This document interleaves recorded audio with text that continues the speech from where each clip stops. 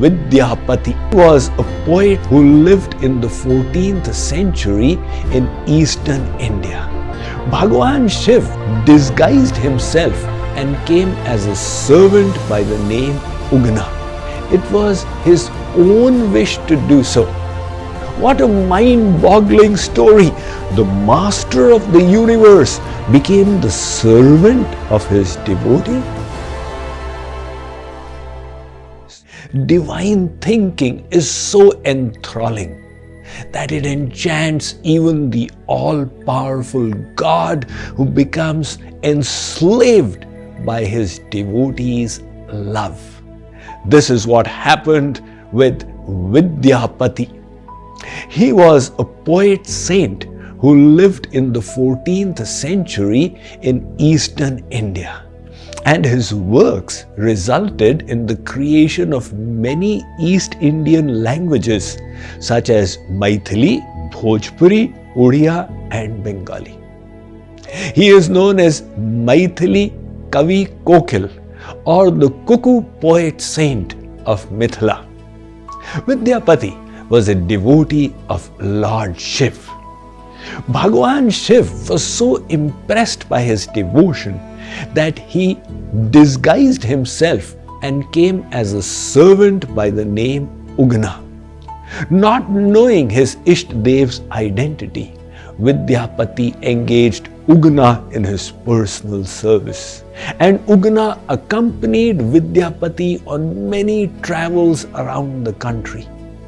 On one such journey, they were on arid land and Vidyapati became exhausted.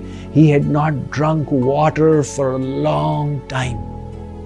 Feeling pity on him, Lord Shiva, who always has the Ganga in the locks of his hair, took out a glass of water and offered to Vidyapati.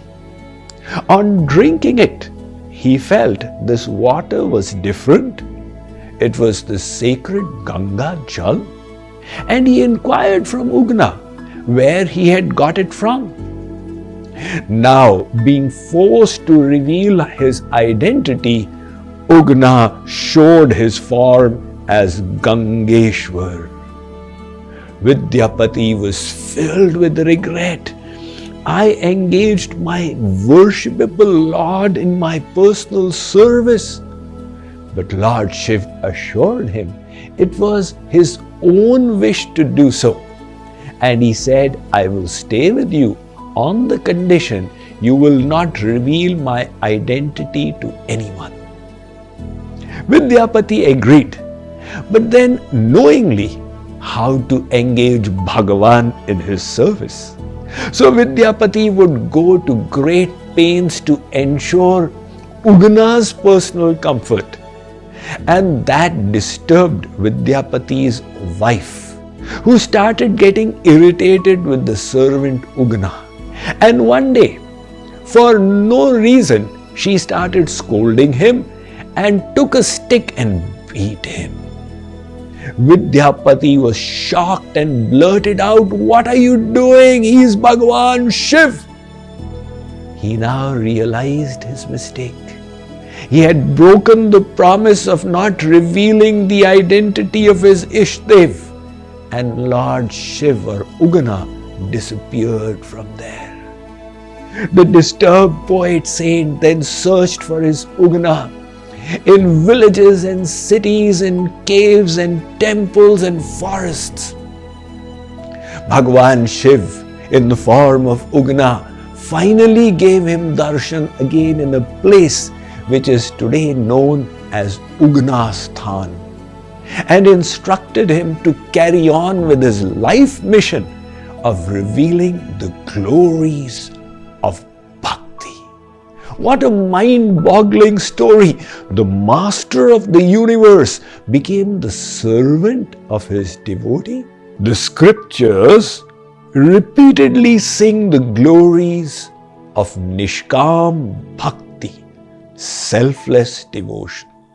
In the Bhagavatam, Lord Narayan declares, "Aham bhakta paradhino hyasvatantra ivadvija Sadhubhir grasta hridayo bhaktair bhakta jana priyah. 9th canto, 4th chapter, 63rd verse. Translation: I get enslaved by those devotees who love me selflessly, free from material desires. I do not remain independent, for they capture my heart. What to speak of them? Even the devotees of my devotees are exceedingly dear to me. Again, in the Srimad Bhagavat Mahapuran, Vedvyasa writes from the side of God, Nirupeksham munim shantam nirvairam samadarshanam anubrajamyaham nityam puyeyetyam ghrirenubhi. Lord Krishna says that I walk behind my selfless, pure devotees. Now what does that mean? God ahead and the devotee behind? No, the devotee in front and God following behind. My Lord, why do you do that? Sri Krishna says, I wait for the dust of the feet of my devotees to rise and fall upon me, that I may be purified by it.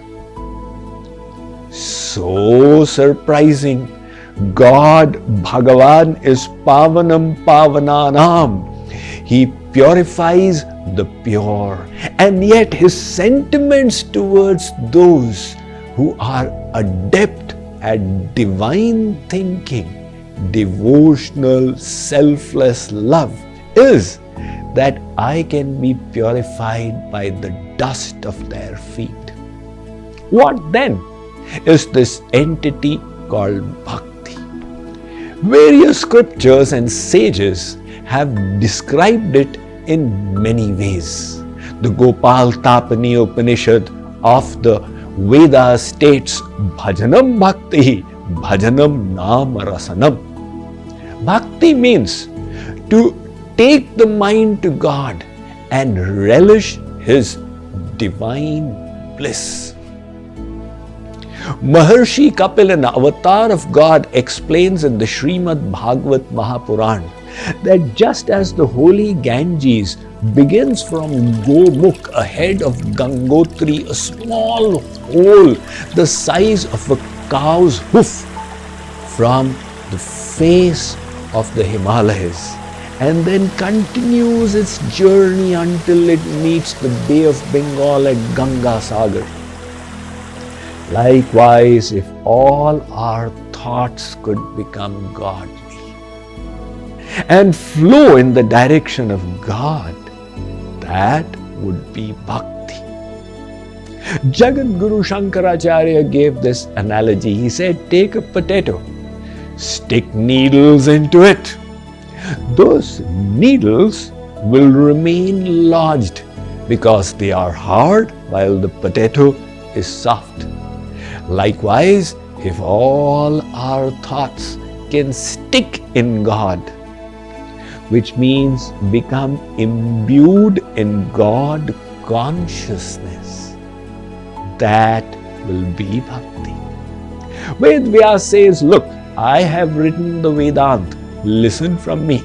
Bhajityesha vaidhatu sevayam parikirtita tasmat seva budhai prokta bhakti sadhana bhuyasi. This word Bhakti comes from the root word bhaj, and bhaj means to serve or seva. Hence Bhakti is service of the Supreme Divine Beloved Bhagavan and His representative, the Guru. My spiritual master Jagadguru Sri Kripaluji Maharaj explains that Bhakti is a divine power or a Shakti of God. This Bhakti is of two kinds. One is Sadhan Bhakti and the other is Siddh Bhakti.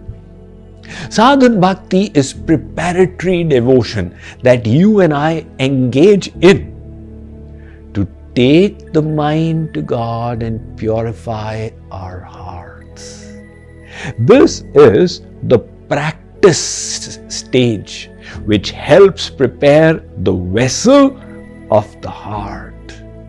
And once the heart is ready, at that time Bhagavan, through the via media of the Guru, bestows that divine love which is called Siddha Bhakti. It is an aspect of his Yoga Maya, divine Shakti.